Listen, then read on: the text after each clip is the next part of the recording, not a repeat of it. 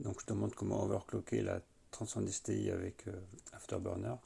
Donc pour ça, il y a besoin de logiciel InEngine Even et aussi de 3D Mark en version payante.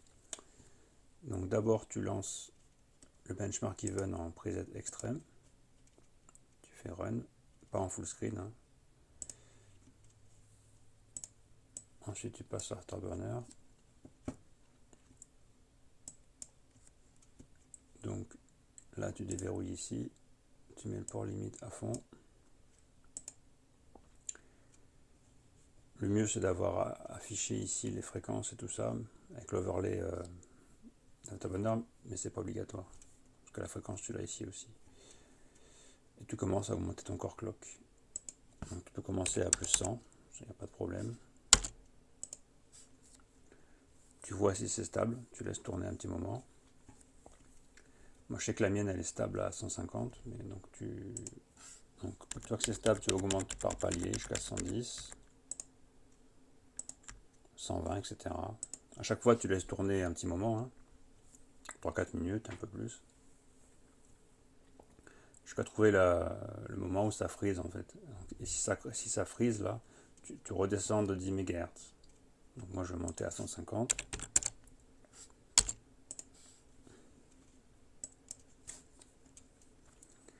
Et normalement c'est stable, voilà.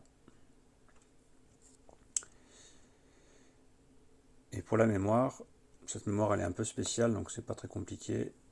Tu mets plus 1200 et normalement ce sera stable.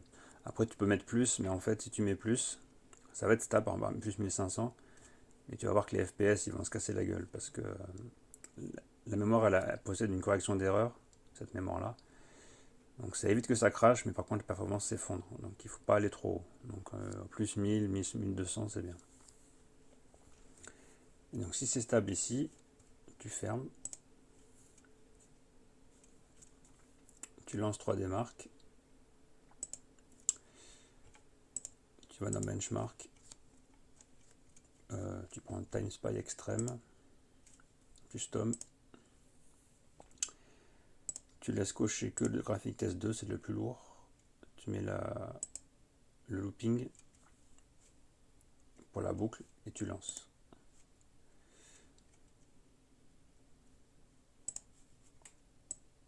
C'est pour voir si c'est stable.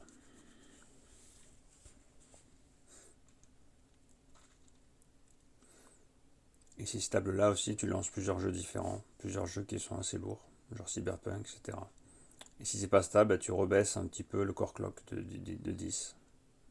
Mais normalement, à plus 150, plus 160, ça devrait être stable.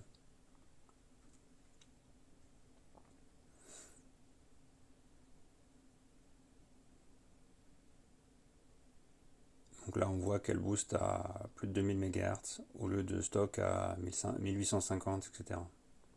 Sachant que là, j'ai pas fait de courbe de ventilation spécifique, j'ai laissé la courbe d'origine. Et donc pour les ventilateurs, tu peux en faire une. Donc dans paramètres, ventilateur, et un truc un peu comme ça. Donc, de toute façon, la carte ne pourra pas tourner à moins de 30% au repos. Et ensuite, à partir de 40 degrés, tu fais monter jusqu'à un bruit acceptable. Et à partir de 83 degrés, tu mets à 100% les ventilateurs. Bon, c'est une courbe que j'ai fait, moi, donc ça part à 30% jusqu'à 60%. C'est plutôt orienté silence.